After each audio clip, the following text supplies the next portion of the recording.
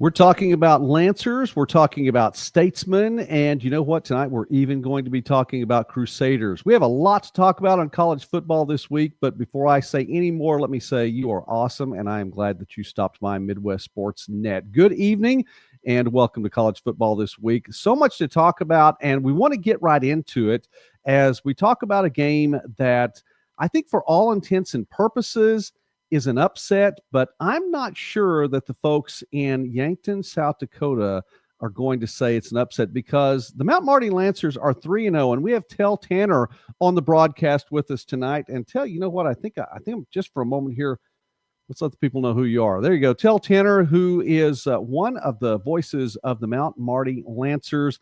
And Tehl, big victory, 24-14 over Northwestern. First time in 5 seasons to get a victory over the Red Raiders.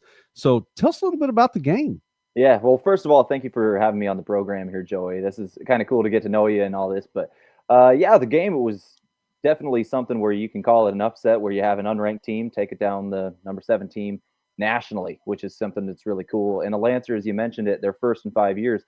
They're in 5 years of existence. This program did not exist in 2020. 2021 was the very first year of football. The team goes 0-10. The next year they come out, they do win 3 games, which we thought was just impressive for year 2 of existence.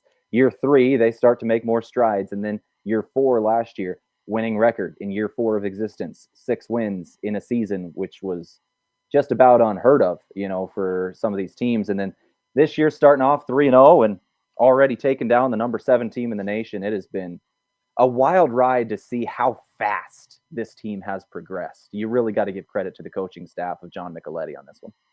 And Tehl, we've tried to document it as well as we can here on Midwest Sports Net too, talking about that winning season last year, and then of course Coach Micheletti, who's been on the channel with us 2 or 3 times.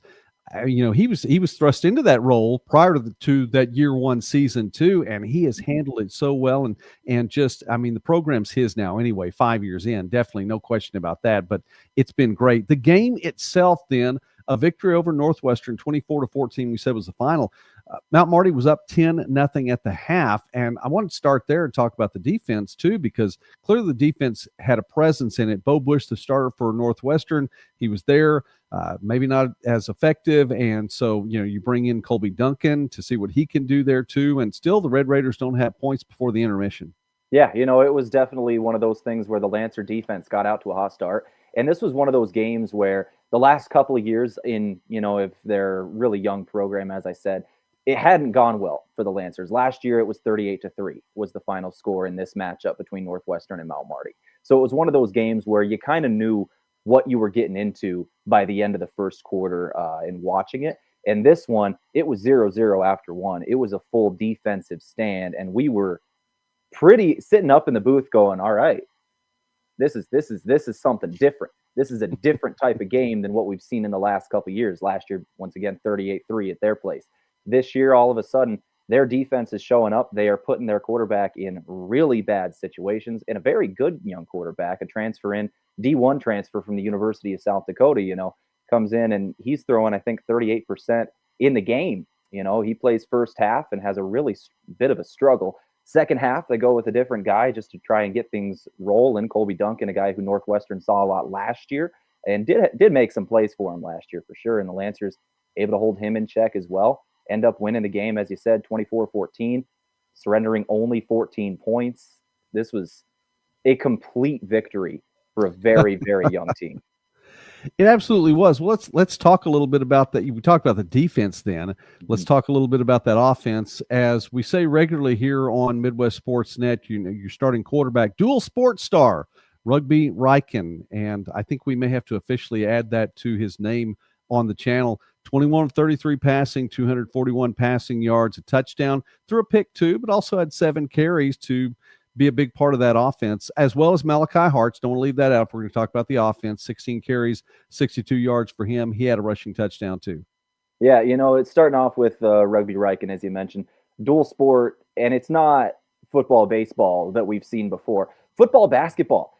Last year he played a football game and a basketball game in the same day. He started a football game at 1 o'clock, started a basketball game at 7 o'clock. That's something that, as far as I know, we have not been able to find that happening anywhere else the same day starting for the football and basketball team. So that was something really cool to see. And yeah, he played very, very well in the game. One thing that rugby has been able to do over the last couple of years is start to understand the situation a little better. You know, he's in year 3 of college as a redshirt sophomore. He sat under Kenneth Gay II, who was in here a couple of years ago, and was able to learn about turnovers and not turning over the football pretty well from this coaching staff. Last year had a couple of errant throws, you want back type of deal. And then this year, he's just making great decisions. He's really looking like he's in his 3rd year of college football, and he looks comfortable against very good defenses. Able to run when he needs to. The miraculous escapes has always been something that Riken has been known for, going back to his high school days here in Yankton. And he played very, very well. Accurate passes downfield. Yeah, I wanted to ask about that too, because I've said dual sports star, but he comes across as a dual threat type quarterback too, to be able to not only throw the ball, but to be able to, as you mentioned, get out of situations and run it when he needs to.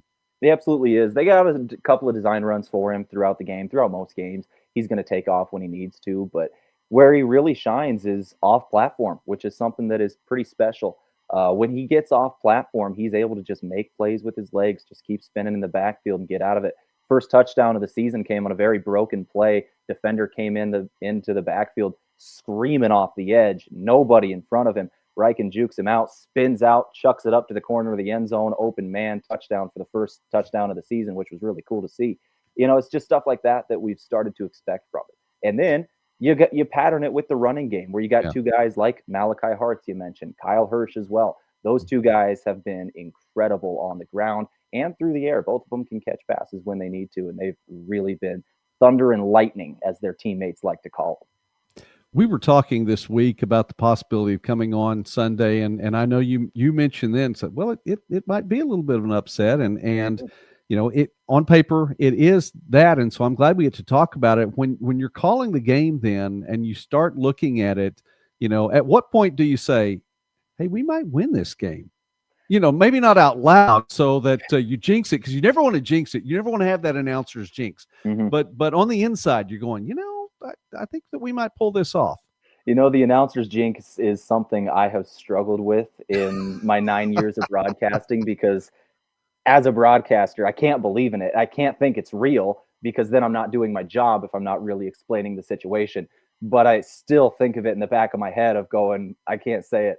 I can't say it out loud, or it's not going to happen. And so that's something I struggle with. Yeah, but it was probably halftime, when it was 10-0 at halftime, when I started to really think they've got a real shot at pulling this off. Well, it's a win against one of upper tier teams in the conference, and it may be a bit of an announcement then that Mount Marty, I'm not going to say has arrived, but definitely is knocking on the door. And okay, you can say it then. That's fine, but knocking on the door for sure. To be there, you get the one win. There are obviously other games to be played in conference play, and you have to keep winning to keep the momentum going. Next week, you get the Catholic Cup, and you get to take on a Briarcliff team that is a pretty good team in and of itself. You get this under the lights too. How about that? Talk about next week's game. Yeah, so that's going to be a lot of fun. Briarcliff, Mount Marty, as you mentioned, the Catholic Cup, the trophy game that they've dubbed this one. Mount Marty has had the better of the matchup over the last couple of years. Briarcliff did get the win back in year 1 of Mount Marty football, but those two have been two programs that both have been just improving over the last couple of years. Obviously, Mount Marty getting this upset, but Briarcliff has had some pretty close games against some upper tier opponents as well. They have been making improvements to their program, and that's going to be a fun one next week, as you said, under the lights. So the Lancers, the one thing you don't want to see happen after a big win like this, you know, the Lancers, tomorrow morning, the rankings are going to come out. There's a solid chance they're going to be nationally ranked for the first time in their history. And you can't let it get to your head. That's going to be the thing for the Lancers, is whether they're going to be able to keep it business as usual, stay focused on the task, and not let this moment pass them by. I really hope that is the case, by the way, and obviously don't have a vote in the national rankings. There a coaches poll with rankings, but sincerely, because it has been 3 weeks since the season started, preseason stuff is out of the way, and teams should be ranked according to what their resume says right there. And I do not see a reason why Mount Marty would not be in that top 25. So that would be great for the program too. Any last thoughts as we say thank you for your time today? And by the way, in that, let us know where people can listen to you, watch you, and find out more about the Lancers. Yeah, so you can find a whole lot about the Lancers on KYN TV YouTube. It's our station that we cover them on. You'll find all of our video streams for football games every Saturday afternoon, evening next week at 6 o'clock Central. And then we will cover volleyball, select games throughout the season, including this upcoming Wednesday night at 7:30. That'll be a fun one. Basketball throughout the winter, all on KYN TV. Baseball in the spring. Every Monday evening on KYN TV, I myself host a coach's show where we're going to be talking a little bit more about this victory. And we speak with student athletes and coaches from pretty much every sport we can think of. And we're going to be talking with women's soccer this week as well, who's starting to have a pretty good start to their season. The men's soccer team, we're going to talk a little bit, but we talk about everything over there, 5:30 p.m. KYN TV on Monday evenings. And we're going to be talking about this game. Absolutely. Well, fall sports, you have to get all the fall sports in there too. So that's good. Please don't tell Coach Micheletti that I said we're still knocking. We'll go with you've arrived for right now and let the momentum keep going. Tehl, Tanner, thank you so much for taking time with us on a Sunday night here on college football this week. Hey, thanks for having me, man. I'm always down to talk some college football. All right. I look forward to getting to visit with you here again on the channel. God bless you, sir. Have a good night. Thank you. All right. We appreciate him stopping by too. And that's absolutely fantastic. Hey, thank you for being with us here on this Sunday night. And we need to give a few shout outs as we go along to the folks who are here. So let me bring that up really quickly. Dave. Yeah, it was a good win for Mount Marty, a big win for Mount Marty. And so this is a program, Morningside. I know that you're the big Morningside fan, at least in the chat right now. And so this is someone that you're going to have to be looking forward to. Matt, roll Mets, and the Mets continue to roll, and another victory this week, which we will talk about a little bit later on there. So we appreciate that. Let's see here. How about Jordan? Jordan Smith cheering for Clemson. Jordan, that's all right to cheer for Clemson. That's okay. We'll throw a little more NAIA tonight, but thanks for being there too. That is okay. By the way, too, shout out to Char Hurley, if I've said that name correctly. I hope I have. New member for the channel, and you can be a member of the channel. You can join here and help us provide a lot of coverage for small college sports throughout the Midwest and beyond. So we really appreciate that, Char. Thank you for being there. To highlight a little bit differently, Charles, win or lose, you're going to be here. Well, I appreciate that, Charles. We will talk about a game which I know that you are very much interested and invested in, and it wound up being a team that or a loss for the team you're cheering for, but that is all right. Leo, thank you for being on tonight. That's always cool. We're going to run through a lot of games tonight, and I'm going to mention a couple of them that I think have some significance as we go along. So let's do this. I'll start with this one right here, and let me make sure. Is also Sean, by the way. Sean, Grandview at Baker. That is another big game. Let's drop that one on there really quickly. Grandview at Baker, that's another big game for next week. And those are two teams that right now are going different directions. We'll mention that also a little bit later on. Okay, not a lot of graphics at the moment, so let's just talk about these games. I'll tell you where I was this weekend.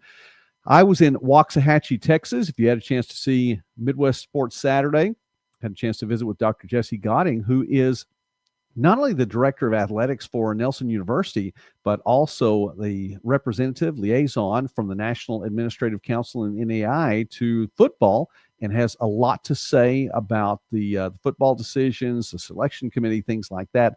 I know you've probably heard his name more than once, as Corey Thorpe over at NAIA Ball has a chance to visit with him pretty much every year on Selection Sunday, and they talk about the teams that are in, out, some of the things that go on. So it was a privilege to get to visit with him there for the football game and then a volleyball match later on. It was a full day for little Jolie McWilliams and me. She's little bean to me. She's the fourth of my four daughters, fourth of my five children, and she's my little bean. But it's nice to take her along because she's a great production assistant as well. So we had a good time down in Waxahachie.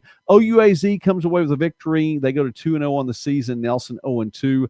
And the entirety of the scoring took place in the first half. OUAZ held Nelson to just 11 rushing yards with Judah Holtzclaw at the quarterback position. And Holtzclaw, 6'6" frame. We talked about that a little bit too. He is he's solid there. They're not afraid to give him the ball. Coach Hudgens is not afraid to give him the ball, but not able to pick up that much on the ground. And it was a struggle.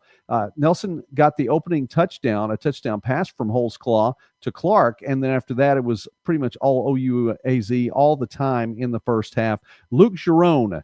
And I want to make sure that I say that correctly. And I got it right, Luke. And we got it right on Saturday too. Luke Giron, who is the quarterback. I've said Giron a couple of times. I knew I was getting the J sound right, but he told me it was Cajun.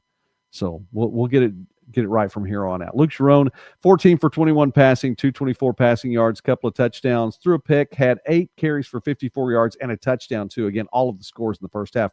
Marquez Reese, 6 catches, 133 yards, had a receiving touchdown and a rushing touchdown too, did Reese. Holtzclaw, we mentioned, 26 of 35 passing, 235 passing yards, 1 touchdown, and didn't throw any interceptions in this one. OUAZ, just final thoughts on this game in particular. OUAZ looks strong. Coach Riley Murphy now has a win in his belt on the road and a win in his belt at home. And both of them are Sooner Athletic Conference games. So OUAZ looking good. And obviously the front runner now in the conference as well, with an undefeated record in conference play. So the Spirit looked good under Coach Murphy, and it doesn't look like they have missed a beat at all. Nelson struggling a little bit in the early going. Coach Hudgens in his second season, and a loss to a Mid-American Nazarene team that seems to be looking better with each week. And now a loss to an OUAZ team that we know is looking good. So 0-2 to start the season for Nelson. It may not be as bad as it looks. On paper, 0-2 doesn't ever look good, but we'll see what goes on as we go through there a little bit more. Really quickly, a couple more things in particular. Hey, Matt, it was good to see Jesse yesterday. It was my first time to get to visit with him for an interview and get to meet him personally, and what a fantastic gentleman he is. I have nothing but good things to say about the Nelson program and Dr. Gotting as well. And Rudolph, thank you for being in here tonight. We may actually mention McPherson a little bit later on, so we will go from there. All right, let's move on along here as we've talked about OUAZ. St. Thomas at Lindsey Wilson, first meeting between these two programs, and it was a big-time victory for Lindsey Wilson there. Second defeat of a top 10 opponent this season. Outgained St. Thomas 520 to 445. Overall total offense, and that led 31-3 at the half. This was supposed to be one of the big matchups, and it turned out to be pretty much Blue Raiders all the time. Tate Rice, 11 for 20 passing. We'll go ahead and get rid of your phone. We don't need that now. 205 passing yards, 4 passing touchdowns, and a pick. Devontae Saunders, 8 carries, 161 rushing yards, and 2 rushing touchdowns. Stephen Mack, 11 carries, 128 yards. Cameron Rankins had 11 tackles and 1.5 of those tackles for loss. For St. Thomas, Keely Watson, I mean, he could throw the ball. 31 for 48 through the air, 363 passing yards, 2 passing touchdowns. Had a pick, though. It was not St. Thomas's day. And so the Bobcats will go on the road and pick up that loss. Kaiser at Bethel. Let's hit this one really quickly. 7-0, that's the final, and it winds up being a forfeit at that amount. 2 30-minute weather delays, and a shout out to Mike Brooks, who was keeping me posted on this, being in the area. And of course, if you are here on the chat every now and again, you see Michael Brooks coming up. He's actually from West Palm Beach or thereabouts. And Bethel had to leave. From the Kaiser website, it mentions, because of this forfeit, no stats recorded during the game will officially count, and no official game was recorded. So none of the stats are going to come into play there. So we left the stats alone on this one. And then this one, the official announcement from Bethel, the interim director of athletics, Dave McCulley, he addressed the situation following the announcement. He said this: "It is unfortunate we were forced to forfeit, but due to the delays and limitations with the flight home, we felt it was in the best interest of our players and staff. We certainly considered all the factors and variables, but the safety of our players was the deciding factor in our decision." So that is the official statement from Bethel. And, you know, I've heard so many things, seen a lot of stuff online. I know that there were weather delays at the USF Miami game. That's Division I, obviously. But at the very least, consider the fact that USF, South Florida, in Tampa, traveling to Miami, not a lot of flights probably involved in that. And so there were a number of things to consider, and I really appreciate Dave McCulley and what he does, not only from a sports information side, but also working as the interim director of athletics right now at Bethel. So that's what went on there. All right, here's one that, well, you know what? If you follow the channel, you know that this is something that we've talked about right here on Midwest Sportsnet, and that is this. Madonna, 45, the University of Olivet, 28. It is the first win on the field for the Madonna Crusaders. I said we'd talk about Crusaders tonight, too. Madonna led most of the game until the third quarter. Olivet went up there, and then after a 28-24 lead for Olivet, Madonna answered on the next possession to retake the lead, scored the final 21 points of the game. Madonna, 56% on third down, 60% on fourth down, 557 yards of total offense. How about that for the Crusaders? Nathan Patterson, a freshman quarterback from right there in Livonia, 20 of 37 passing, 322 passing yards, 3 touchdowns, 1 interception. That is a school record for passing yards, by the way. Kwame Miller, a steady dose of him on the ground, 15 carries, 101 rushing yards, 1 touchdown. And he had his number called 5 consecutive times on that first drive to open the game, scoring, and scored a touchdown in that drive too. Muhammad Barrow, 4 catches, 111 receiving yards, and a receiving touchdown. The link is in the description right now, where we said here on Midwest Sportsnet that Madonna will win a game or games in 2025. Right now, 1-1 on the season. Now listen, there's a portion of the schedule that is just absolutely brutal right there in October. We're not to October yet, so game may be plural before all is said and done. Tool Envy, thanks for checking in tonight. Late, that's fine. You come on in anyway. Georgetown at home hosting Warner, 45-14 the final there. Warner was down only 7-0 at the half, but Georgetown put 35 up. Man, you put that 5-touchdown spot up in the third quarter, it's tough to come back from that. Turnovers led to points from both these teams. Georgetown getting some rushing from Guy Bailey, 13 carries, 31 rushing yards, 2 rushing touchdowns. Warner, Mitchell Ryan, 20 of 35 passing, 245 passing yards, did not connect for a touchdown, did connect with a player from the other team, though, and turnovers, again, leading to points there. Southeastern taking on Reinhardt, this one in Lakeland, and the Fire get the victory over the Eagles, 41-20. Southeastern trailed 10-0 after the first quarter and then posted 21 points in the second, never looked back after that. Solid ground attack for Southeastern.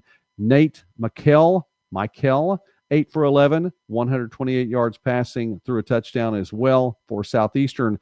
For Reinhardt, the third straight year to start 1-2. Taylor Jackson for the Eagles, 14 of 23 passing, 144 passing yards, no touchdowns. He threw 2 interceptions. Point goes on the road to Newberry College, a Division II program, and takes the 49-0 loss.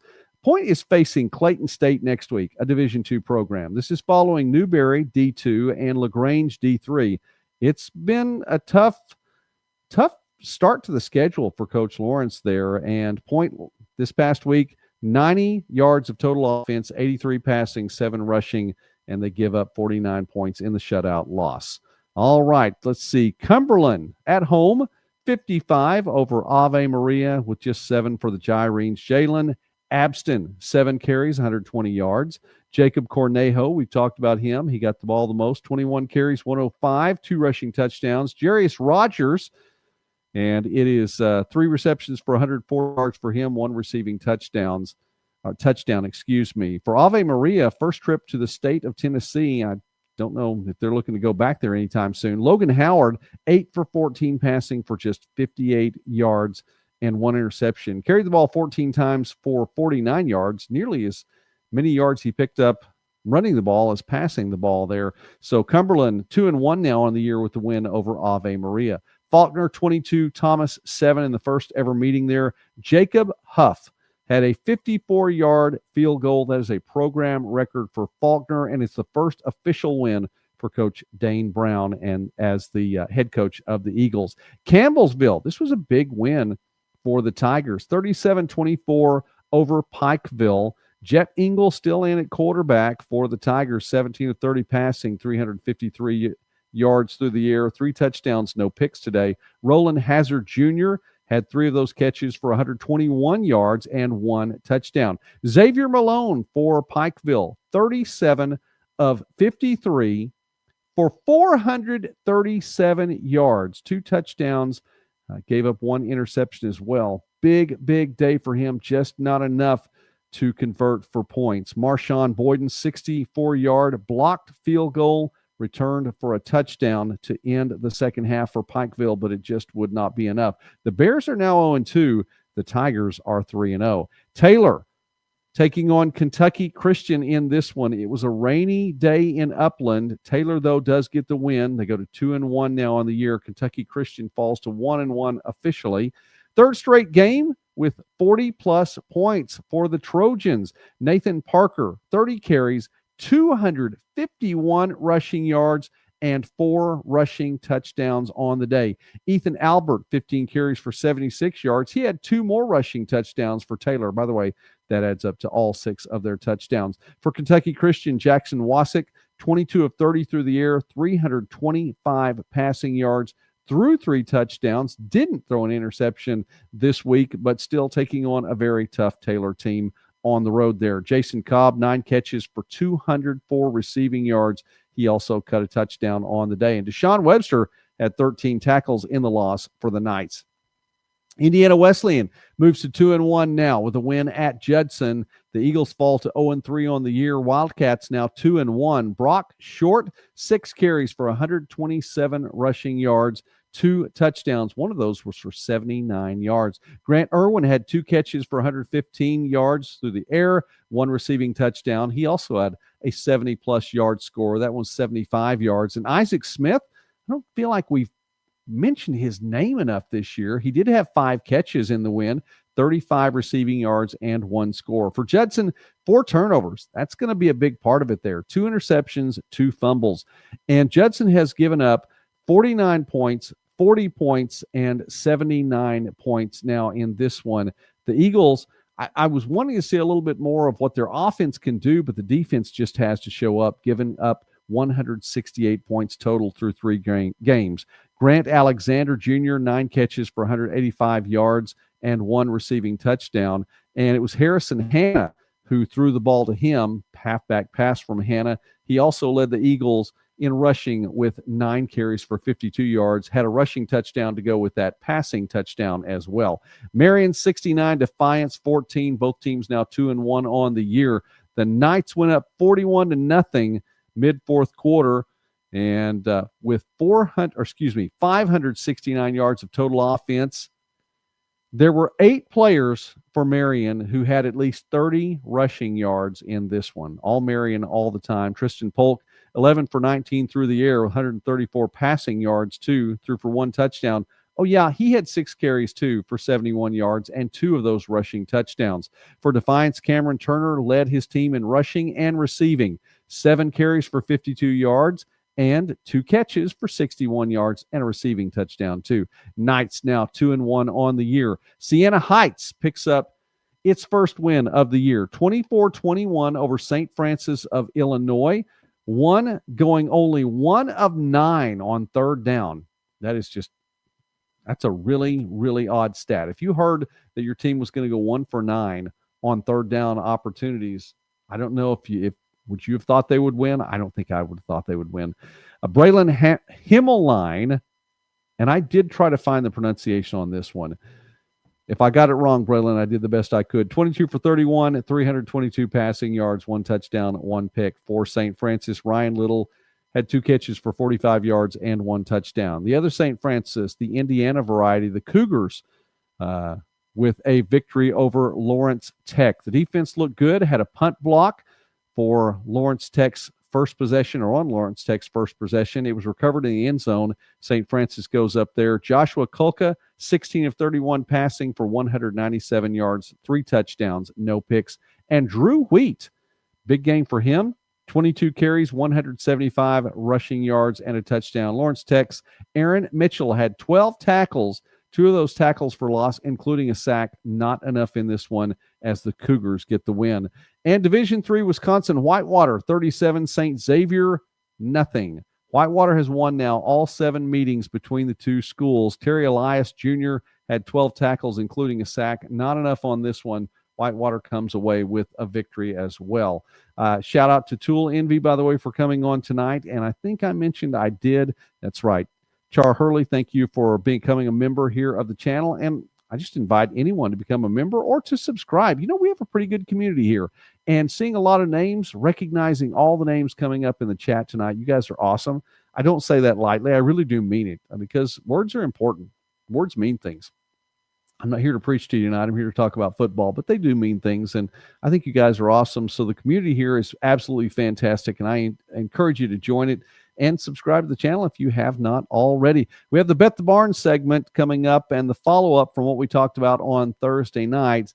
And I can tell you right now, I didn't fare as well as I thought I might, but they were still good games nonetheless. All right, Grandview, 49-17 at home over Missouri Baptist. The Vikings were up 42-0 at the half. All Vikings all the time in this one. Missouri Baptist, I still think, can make some noise in the Hart Conference. It just didn't happen this Saturday. Jackson Waring, 8 for 16 passing, 197 passing yards, 2 passing touchdowns. And Peyton Rottinghouse, I brought his name up this summer. I'm going to bring it up again because I'm telling you, I think this is a name to remember for Grandview. Peyton Rottinghouse, remember that name. He comes in to give Jackson Waring a break. The Vikings are up big. 7 for 8 passing. How about that? 73 yards coming off the bench and 1 passing touchdown. Isaiah Toki, 2 catches for 95 yards, a receiving touchdown. He also had a rushing touchdown too. And John Argo, I don't think we've mentioned his name enough this year. 1 interception to go with forced fumble last week for Grandview.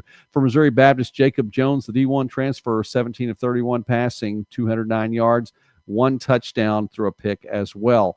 I know that Charles is interested in this one, or at least was interested on Saturday in this one. Benedictine at home, 52-29, a victory over Graceland.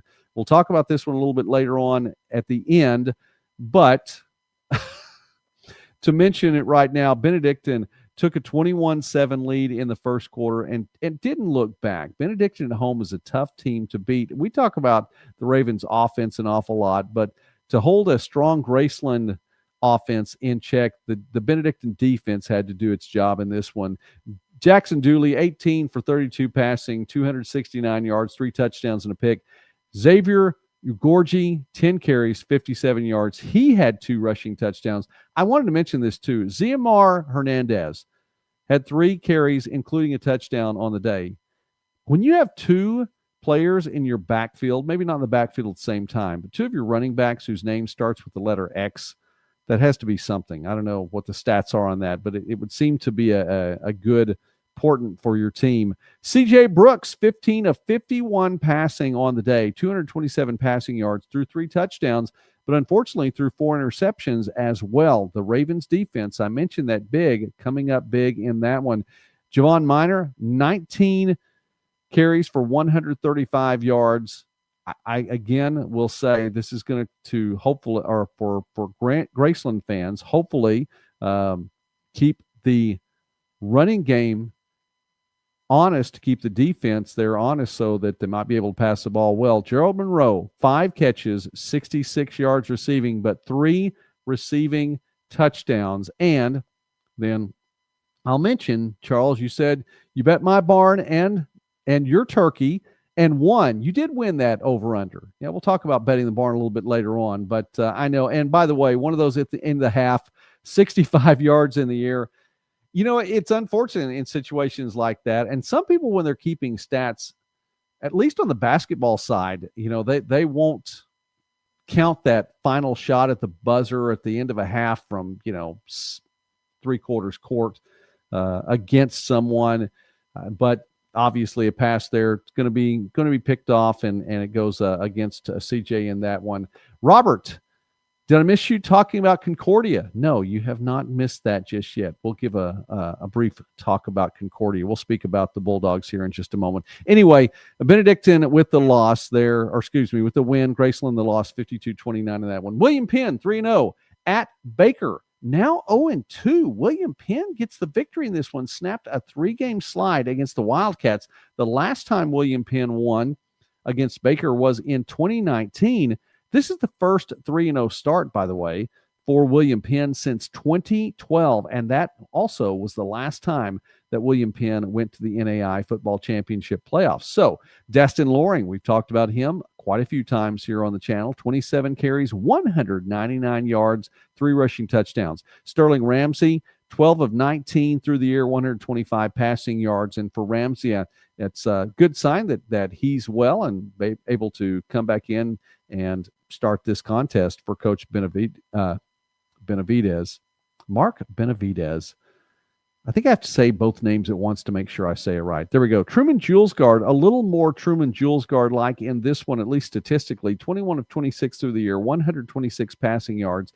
Carried the ball 11 times for 34 yards. Not enough for Baker as the Statesmen go to 3-0 and looking to make some noise in the Hart North. Central Methodist gets the win over St. Ambrose. This is a big win for the Eagles. They moved to 1-2 on the season, first meeting between the two programs, and they never trailed in Davenport in this one. 38-20 the final. DeJuan Lomax, 22 carries, 154 yards, 2 rushing touchdowns, also had 3 catches for 98 yards and a receiving touchdown too. St. Ambrose, Alec Ponder continues to have a pretty good season statistically. It has not shown up yet, though, in the win column.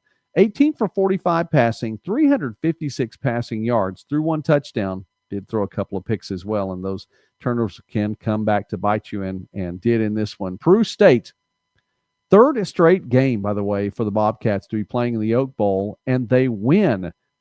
They win this week 16-8 over Missouri Valley. Braden Lehman, we talked about him a couple weeks ago. He had 3 field goals in the lost Oklahoma Panhandle State, and it was a 10-9 loss. He went 3 for 4 on the day, and if he'd gotten that other field goal, might have been a different story. 3 for 3 on the day here for Peru State. Oh, yeah, there was a touchdown to go with it this time.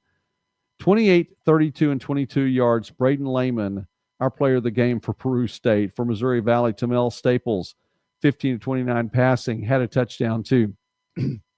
Excuse me. Culver Stockton, 2-1 now in the season with a win at William Woods, and it came down to the wire. This one was not easy. Not easy at all for Culver Stockton.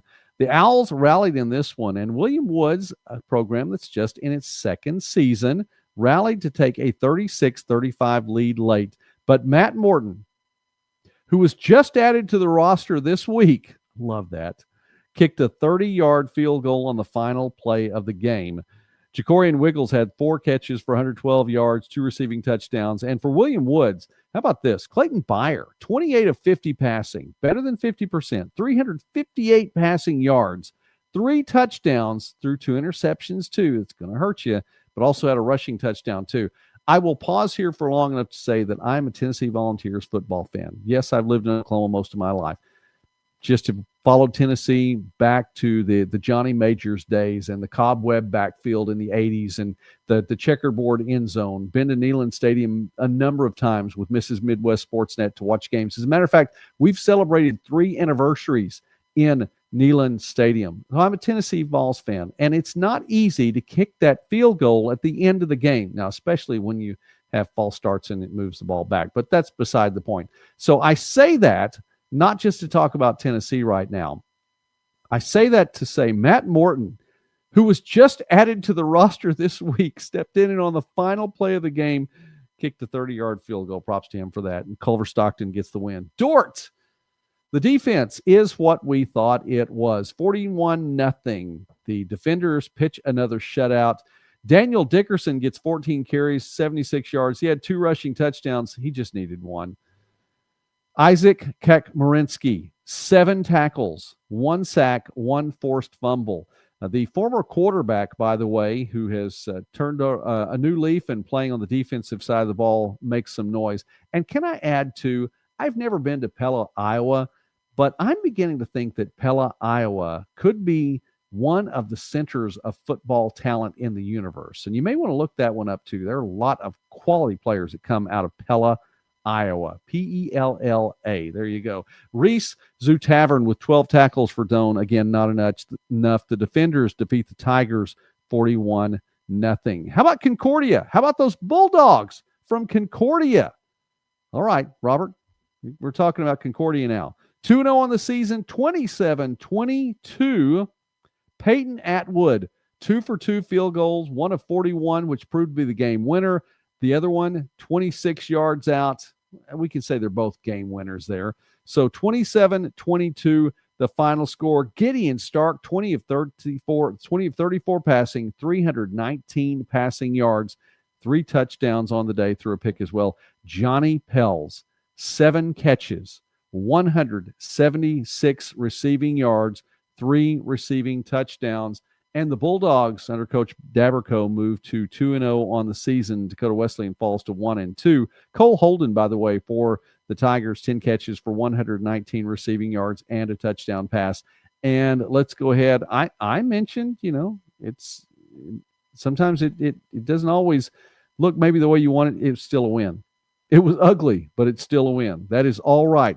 I have to ask, Robert, were you there? Did you get to watch it in person? Did see that that ugly win still being a win? Let us know.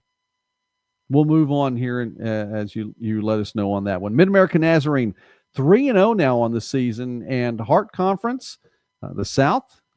Mid-America Nazarene trying to make some noise there. It's not divisional play yet, but it will be soon. 51-26 over Clark. And let me pause really quickly. Robert. And I believe I did know this particular stat that you're dropping right there. But yes, I wanted to make sure, because sometimes you don't get to make the games on these things. I know you try as much as you can. Dave, who is on here regularly, I know that he's going to try to make all the games he can. I have personal stories about wanting to see my children play and the things I've done to make sure I'm there for all of that. So anyway, all right. No, it's not Bella. It's Pella. It really is Pella. Pella. Seriously, it is. And Tool Envy says it's a beautiful little town. So a town with a lot of football talent too. That's all right. But yeah, Robert, I just want to make sure you were there too, and grind it out. All right, back to Mid-America Nazarene, 3-0. Clark 0-2 on the season. Mid-America Nazarene, a big second half. 27-20 at the half, and then 24-6 just exploded on the Pride in the second half. Ion Carter with his second return for a touchdown this season, 90 yards to open up the second half. And Aaron Johnson, by the way, for the Pioneers, 9 carries, 66 yards, 3 rushing touchdowns. Devin Andrews, 14 carries, 133 rushing yards, 2 rushing touchdowns too. Riley Hawkins, he got his kickoff return for a touchdown for Clark before Ion Carter did, so maybe Carter was trying to answer him. Hawkins from 93 yards out for the Pride. Not enough, though. Caleb Perry, by the way, 11 carries, 102 rushing yards, and a touchdown. Briar Cliff, we mentioned the Chargers a little bit later on. They're going to be taking on a very tough Mount Marty team for the Catholic Cup next week. Well, they're going to do so going on with a little momentum. 2-1 now on the year. 20-16 over Hastings. Brock Saya, and by the way, Charles, CJ wasn't the only one, even with that one at the half, with numbers like this. Saya, 24 for 36 passing, 278 passing yards, 3 touchdowns, but 4 picks for him too. Solid quarterback there. He was able to find Kaimani Flaherty 3 times for 56 yards. Flaherty had 2 receiving touchdowns. Stephen Whiting, by the way, 9 catches for 116 yards. He continues to put up good numbers for Coach Ladegi, 1 receiving touchdown. And Max Raskin Jr., 11 tackles, including a sack. For Hastings, Caden Merriman, bright point for the day, 8 carries, 82 rushing yards. And both the scores for Hastings, both the 2 touchdowns for Hastings in that. Briar Cliff, 2-1. And picking up the win. Midland 53, Waldorf nothing. First home game of the year for the Warriors. Brody Johnson started, went 6 for 9 passing for 163 yards, 2 touchdowns before he took a seat for the day. Second time that Waldorf has been shut out in the last 3 games, opening up the season against Northwestern 40-0 there. Let's stop for just a second to look over at the chat. All right. I'm stopping for just a second here. And I, by the way, just checked, and I want to go back to something too. I know it's a live stream, but hey, we're all friends here. This is community, and you're part of this. Pella is a beautiful little town. Autocorrect Cut me some slack. There we go. All right. Sorry. We're cutting you some slack now. Yes. You know what? I probably would have seen that happen to me on autocorrect too. And one of the cats in our family is named Bella. I have a granddaughter named Jaylee Bell. And so, yeah, I can see that too. Beautiful little town. I take it you've been there. That would be cool. All right. This just in, and I did find out, it was talking about the quarterback from Siena Heights, Himmeline. I think I got it. I'll have to go back and listen to the replay. I think I got it. Himmeline. Anyway, Siena Heights does get the win. Thank you to Sports Information Josh Riley for getting me that information as well there too. Long enough stopping right now to say that if you haven't already liked the video, please do that. That always helps. This weekend was a big weekend for the channel. The channel grew this weekend. And I appreciated all the views, all the people stopping by. We got to cover a football game. We got to cover a volleyball match. We got to cover all those things. And I know some of you watched that, and I'm grateful for all the people getting to watch those things. But we're looking to do more and more, and we do it with your help. And it's a lot of fun. By the way, you're part of a community. You're part of a neighborhood. I just want to say thanks for being here in that. So it was a huge weekend for Midwest Sportsnet. No doubt about that. And we continue to try to raise the bar here and set some higher goals and want to do even more. Mrs. Midwest Sportsnet is telling me that there are a few more pieces of equipment that we need to purchase. So we're looking to do that too in the next couple of months. Bet the Barn segment to close out week 3 is coming up a little bit later. Stick around for that. Evangel 35, Southwestern 25.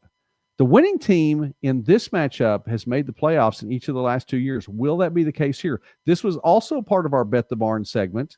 And so look for that a little bit later on. Evangel now 22-2 since becoming a member of the KCAC. Reed Potts, 13 for 22, passing for 111 yards and 2 passing touchdowns. Did throw a pick along the way. Eric Williams, 29 carries, 153 rushing yards, 2 rushing touchdowns, had 6 catches for 20 yards and a receiving touchdown too. Draven Van Glyden, 9 tackles. Cullen Snow for Evangel, his 3rd interception of the season too, and just 3 games in. So he's racking up some defensive numbers there. For Southwestern, big day for Jamie Odom. Unfortunately for the Builders, it comes up on the short end, 27 for 41 passing, 399 passing yards, through 4 passing touchdowns and 1 pick as well in the losing effort. And Matthew Holthusen, 6 catches for 166 receiving yards, 2 of them for touchdowns. And for Holthusen, already the all-time leader at Southwestern in receptions, he's just adding to that number. He's building up the Matthew Holthusen legend in Winfield, Kansas. So unfortunately, though, that in a loss. Evangel comes away with the win. They're now 2-0 on the year. All right, let's put this up here. Robin, I'm new to NAIA, so this is the channel I'm looking to for learning more about the league. Well, thank you for stopping by here. And I mean what I say. You know, we talk about small college sports and more throughout the Midwest and beyond. I'm a big fan of the NAIA and Division II and have ties to both of them. So that's what you're going to see here a whole lot. In that, you know, we'll hit something Division I every now and again. We actually have a D3 surprise in the month of October, but other than that, we are excited about covering the NAIA. And I have to tell you, it's been a lot of fun. It has been a lot of fun to really focus on NAIA football in the last 4 years. So I appreciate you sticking around. So thank you for that. And Charles, wow, very nice, most comprehensive and informative show. And thank you, sir. Appreciate that a lot. And I'm glad you're here. I appreciate the fact that you found it. So part of the community, just enjoy the neighborhood and we'll smile because we do like to smile here a lot. That's one of the fun things too. You ought to smile. Everyone ought to smile at least once a day. McPherson 49, Tabor 7. Did anyone want to talk about McPherson? How about Ryan Markarian? 23 for 29 passing. Pretty good percentage there. 255 passing yards, 2 touchdowns, no picks. Jaleel Brown, 16 carries, 125 yards. That's what he does. 2 rushing touchdowns too. And Jonathan Asuncio, 4 tackles and a 47-yard pick 6 for the Bulldogs. For Tabor, Cam Pear had 14 tackles on the day. Not quite enough. So McPherson 49, Tabor 7. I'm telling you, the KCAC race just continues to get tough. There is a lot of good football played there too. See one more down here, Tool Envy. I did cut you some slack later on. I appreciate that. We're doing our best. And yes, by the way, let me throw this one up there too. Tell your friends. I appreciate everyone who is subscribed, but let a friend know too, because we do like to enjoy ourselves here. Oh, and get the information out too. Friends at Bethel, 84th meeting between these two. This is also part of our Bet the Barn segment. Again, stick around. We'll get to this here in just a moment. But Friends, 2-0 on the season. Well, now 3-0 on the season with a big-time win, 62-0 over Bethel.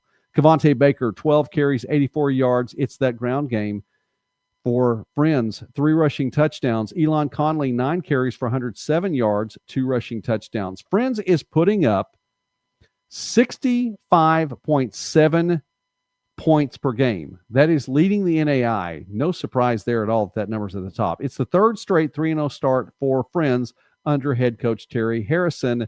And we will say it again right here because I don't want to miss my chance to say this on the channel. The Terry Harrison, I'm going to start again because I want to say it right. The Terry Harrison factor is a real thing. 1,585 total rushing yards through 3 games. That's an average of 528.3 yards per game. They are on pace for 5,811 yards in an 11-game season, which would obliterate the old record set by Friends in 2024. All right. I am glad. Okay. Let me stick one more. I'm going to drop this one up here really quickly and we'll wrap up our scores. Your son's a freshman. All right. That is really cool. Let's capitalize that. I will be talking about him in the very near future. All right. I'm looking forward to it. I'm counting on that too. So we will go from there. All right. Kansas Wesleyan, a little bit more on the KCAC, 36 over Avila. Henry Ostad, 23 of 39 passing, 225 passing yards, threw for a touchdown, ran in 2 more. Will Wilcox with 9 catches for 102 yards receiving. And for Avila, Kashawn Graham, 10 carries for 66 yards, 1 rushing touchdown. Bethany snaps a 4-game slide to St. Mary, 49-41. The Swedes now with a win, 1-2 on the year. St. Mary drops to 0-3 on the year. Ottawa, 51. The Braves now 2-1. They get the 51-20 victory over Sterling, and the Warriors drop to 0-3. Luke Edwards, 18 for 30, 233 passing yards, 2 touchdowns, no picks. The defense did a very good job of putting the offense in a good starting position. And I say that because if you look at some of the numbers here for Ottawa, and I'm not going to put all of them up there on the board, but I'm not going to put any of them on the board right now because we don't have those graphics today. But suffice it to say, 51 points, you might think that the Braves would have a little bit more total offense. They didn't need it as much. Luke Edwards needed only 233 yards passing because the defense itself kept putting the offense in a good starting position. For Ottawa, Cody Presley, a 39-yard fumble return for a touchdown, a part of that defense. Also, Tegan Flynn, officially 4 sacks. We're looking at those numbers. It might be more. If we need to adjust those numbers, we'll talk about it probably on the Thursday show, the weekly preview this week. Our live show on Thursday night is at 9 o'clock Eastern, 8 o'clock Central. So if we need to adjust that number, but 4 sacks, that's still a lot. Oh, my goodness. And Bryson Nolan credited for 3 sacks, too. So you got 2 gentlemen on the defensive side of the ball for Coach Nick Davis, credited for 7 sacks. And officially, we may find out that's more. That's just an unbelievable number right there. Noah Kokar, 7 catches for 113 receiving yards and 1 receiving touchdown for Sterling. Moving over to the Frontier Conference, Dickinson State moves to 2-0 with a 33-16 win over MSU Northern. Dickinson State now 9-8 in the all-time series, broke that tie in the series. Marcus Sanders has settled in as the starting quarterback, 19 for 34 passing, 277 passing yards, 3 touchdowns and a pick. Samaj Clark had 5 catches for 99 yards and 2 touchdowns as well. For Northern, the Lights get on the board for the first time this season following 2 shutouts and 16 points. Not bad, though. Kendall O'Neill, 10 for 21 passing, 158 passing yards, and threw for 1 as well. Montana Tech, 3-0 now on the year. And the Diggers just continue to roll. A win over Rocky Mountain in what was unofficially the 118th meeting between the two. They celebrated the 125th anniversary of the school, 34-28, the Diggers over the Battling Bears. Jarrett Wilson got the start and played throughout for Coach Sampson. 9 for 16 passing for 94 yards, threw a touchdown and a pick, carried the ball 12 times for 37 yards as well. Waquise Johnson, 27 carries, 139 yards. He continues to absolutely just roll. 1 rushing touchdown for the Diggers. And Justin Weber had 2 interceptions and broke up another pass on defense for Montana Tech. For Rocky Mountain, Darius Haskin had 6 carries for 124 yards, 2 rushing touchdowns. And on the defensive side of the ball, Sean Tuddy, 11 tackles, had a sack in that mix as well, and had an interception too. Tech goes to 3-0. And I am looking for something here for... Wow. All right. Eastern Oregon, we'll get back to it in a moment. Eastern Oregon 16, Whitworth 10. The series now tied at 18-18 all, with a couple of ties in there as well. For Eastern Oregon, Ethan Cutler, 3 for 3 in field goals, including the game winner, 38 yards, 24 yards, 34 yards. And Elia Kirisimasi, 16 for 24 passing for 109 yards. He had 16 carries, too, for 64 yards and had a rushing touchdown, too. Kirisimasi leading the way well for the Mountaineers, and they come away with a win. Eastern Oregon recovered a fumble with nearly 2 minutes remaining, and that is when the Mountaineers took their lead on into the house. So it was a tight contest throughout, but the Mountaineers get the win. Simpson falls to Pacific Lutheran, Division III school there. Caleb Anderson got the most of the work in that 2-quarterback system there. 15 for 23 passing, 123 passing yards, and a touchdown. I don't want to say that, Coach Daniel, it may not be a 2-quarterback look, but he's been working with 2 quarterbacks here, and so Anderson gets the bulk of the work. Okay, also from the Frontier Conference, Mayville State coming away with a victory in this one, taking down Nebraska Wesleyan, 20-13 in this game. And Nebraska Wesleyan got on the board first, 3-0 there, and Mayville State comes back, takes a 7-3 lead into the half, and able to expand on that, but it was tied at the very end. It went to overtime as the Prairie Wolves able to, make something happen at home. Mayville State comes away with the victory in overtime. Cameron Spaeth, who got received a 25-yard pass from Jack Simmers, and just simply took care of business. One play, that was all they needed in overtime. So the Comets are rolling. How about Roll Mets? If we have a Roll Mets still on there too. Mayville State getting the victory in this one. And the Comets are now at 2-1 on the season for Coach Larson. Really enjoy always visiting with Coach Larson, by the way. I have a lot of people I get to visit with through the summer, and he's one of those that it's just always an enjoyable visit there. So a shout out to Mayville State with the overtime victory over a Division III program too. Texas Wesleyan, let's wrap things up in the Sooner Conference, 42-20 over Texas College. The Rams go to 1-0 in Sooner Athletic Conference play. Coach Sherrod is still undefeated in his tenure in Sooner Athletic Conference play. The first meeting between Arkansas Baptist and Lyon, both from the state of Arkansas, goes to the Buffaloes. Arkansas Baptist now 1-2 on the year. Tyler Strickland, 9 for 25 passing for 161 yards, threw for a couple of touchdowns. He also carried the ball 12 times for 131 yards and had a rushing score as well. East Texas Baptist shuts out Panhandle State. First meeting between the Aggies and the Division III East Texas Baptist out of Marshall, Texas. Cash Barrett for the Aggies, 13 of 16 passing. Pretty good percentage there for 97 yards, but the Aggies weren't able to put up a score. Louisiana Christian goes 2-1 on the year, 43-37 over Wayland Baptist. And it was a high-scoring 5-point game last year between these two. It was a high-scoring 6-point game this year between these two. Louisiana Christian's Bryce Perkins, 20 of 32 passing for 354 yards, 1 touchdown, but he threw 3 interceptions too. Able to come out with the victory, though, for the Wildcats. He had 1 rushing touchdown. Darian Cunningham carried the ball 30 times for 157 yards and 2 touchdowns for Louisiana Christian. For Wayland Baptist, Isaiah Davis. Let's talk about the defense here. I think about the defense when I think about Coach Hinojos' team. 12 tackles, 2 of them tackles for loss, had an interception too. Kason Anthony had a forced fumble, had a fumble recovery, which he picked up and carried 83 yards for the score. That's what gave Wayland Baptist a lead late in this game, but it just wasn't enough, and Louisiana Christian comes away with the win. The Pioneers now drop to 0-2 on the year. And then UT Rio Grande Valley, Division I program.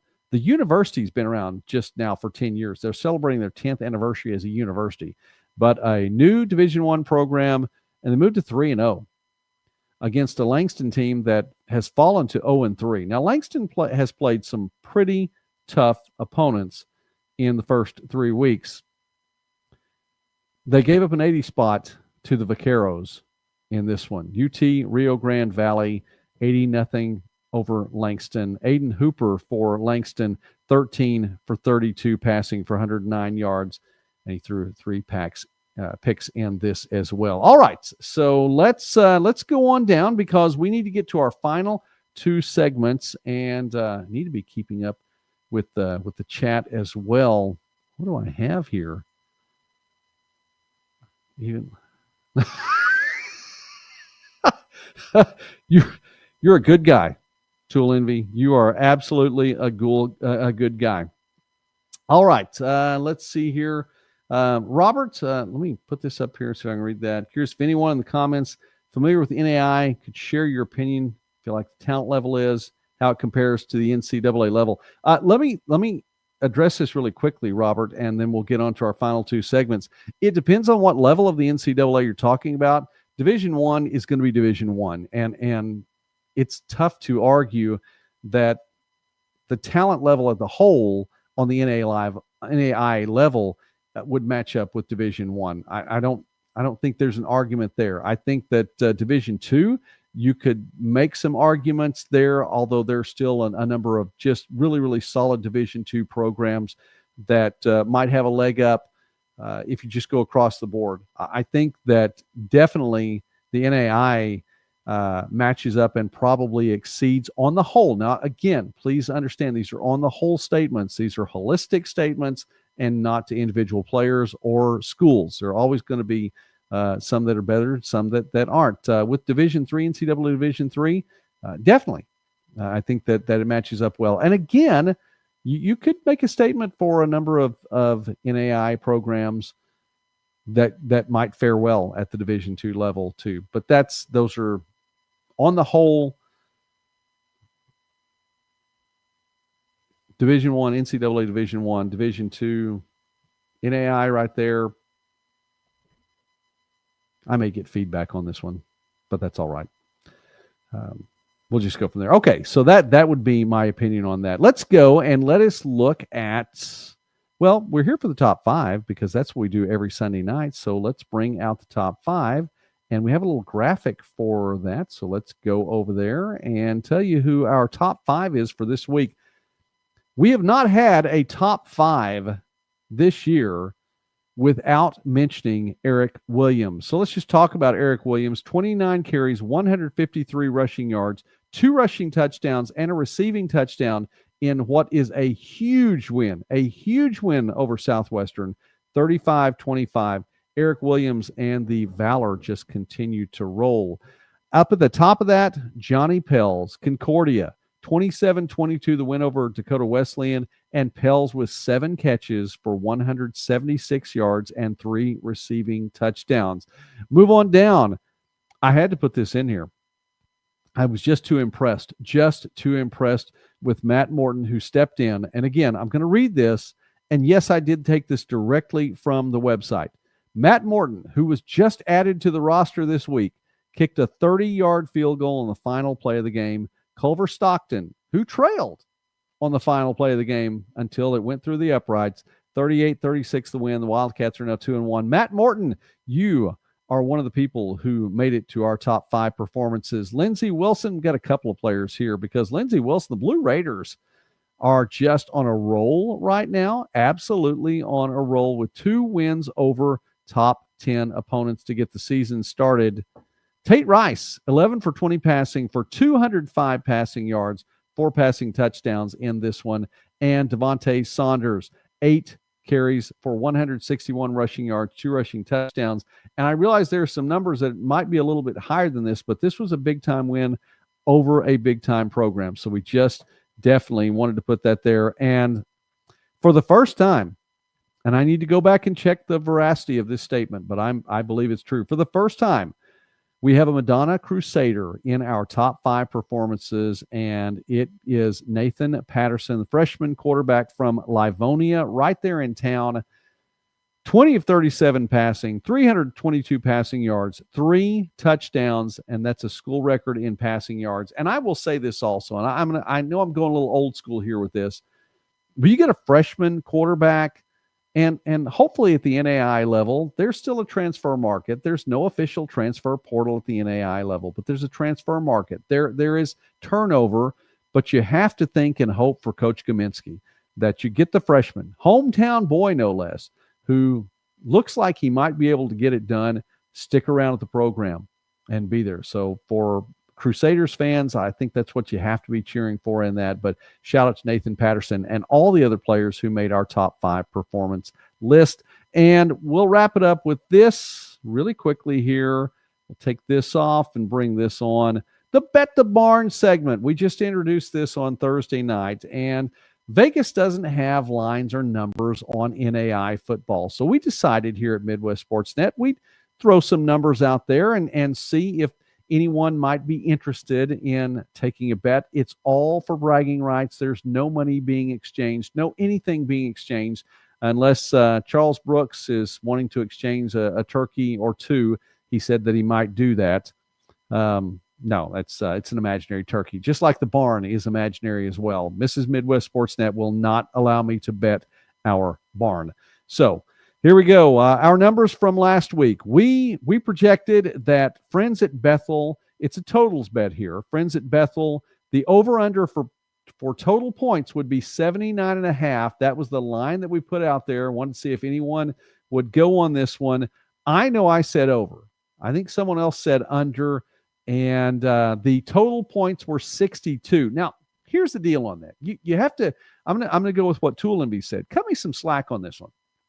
I don't expect Friends to score 80 points as a team. I don't expect the Falcons to put up all 80. I expect Bethel to be able to put up a few more points. What a statement that is for Friends defense to pitch the shutout there while getting 62 points on the board. So it's the under. If you had the under on that totals bet there, then definitely you would have won betting your imaginary barn. All right, this one, Evangel at Southwestern. The over-under, it was a totals bet there, and we said here, we pitched a line of 899.5 yards of total offense between the two. And it was close. 857 yards of total offense between the two. So if you took the under on that one, you got to keep your imaginary barn on that one. I think I took the over. So I'm 0 for 2 so far, but I made it up on the next one. I did say that Gerald Monroe, we pitched the line, and this was a prop bet, 2.5 anytime touchdowns. He could have rushed for a touchdown. He could have received a touchdown as long as he crossed the goal line. 2.5 anytime touchdowns. You're going to take the over-under on that one, on that prop bet.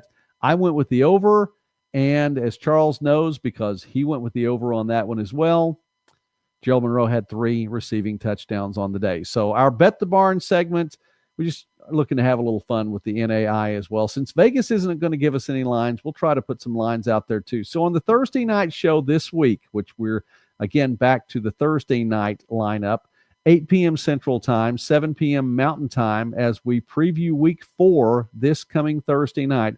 We'll have some more lines for you, and we will see if it's something that you want to bet the barn on or not. Again, our barn is not imaginary, but the one we're betting is. So it's all about the bragging rights. That's what we want to have fun with. So, and we just want to have fun with you guys too. All right. That's the end tonight. We had our top 5 performances, big time performances on the week. We had a kicker in our performance who was, as we said, just added to the roster this week. We had Madonna winning a game.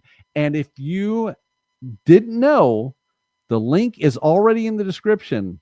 I'm on record this summer as saying Madonna would win a game. So a shout out to Coach Kaminsky and all that. Thanks to Tehl Tanner for coming on the program with us tonight, too. One of the voices of the Mount Marty Lancers, big game coming up next week. And I guess they're all big at this point for the Lancers and as they build on their momentum. Do you know Mount Marty has won 9 of their last 14 games?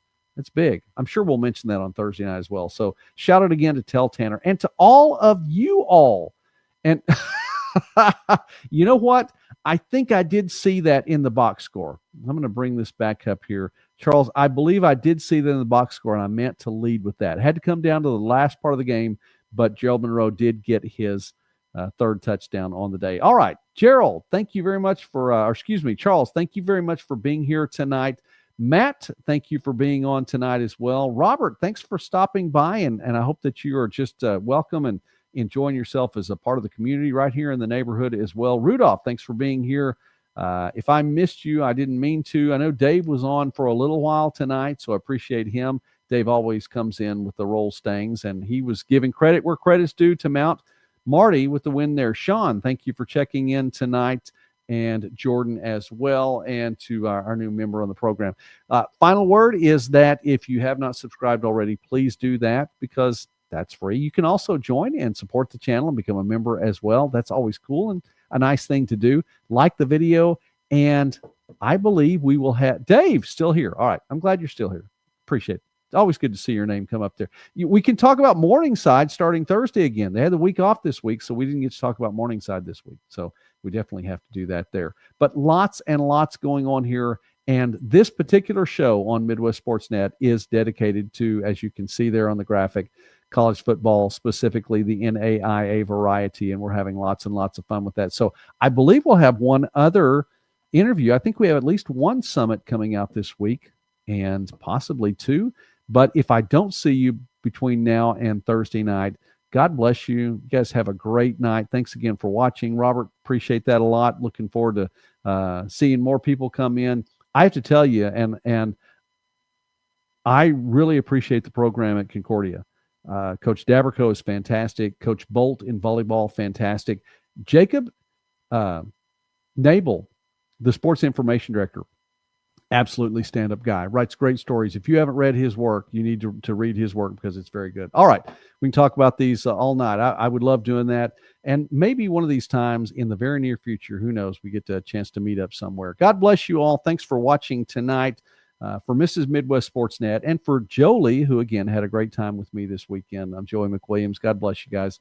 Have a great evening. Thanks for being here on Midwest Sportsnet.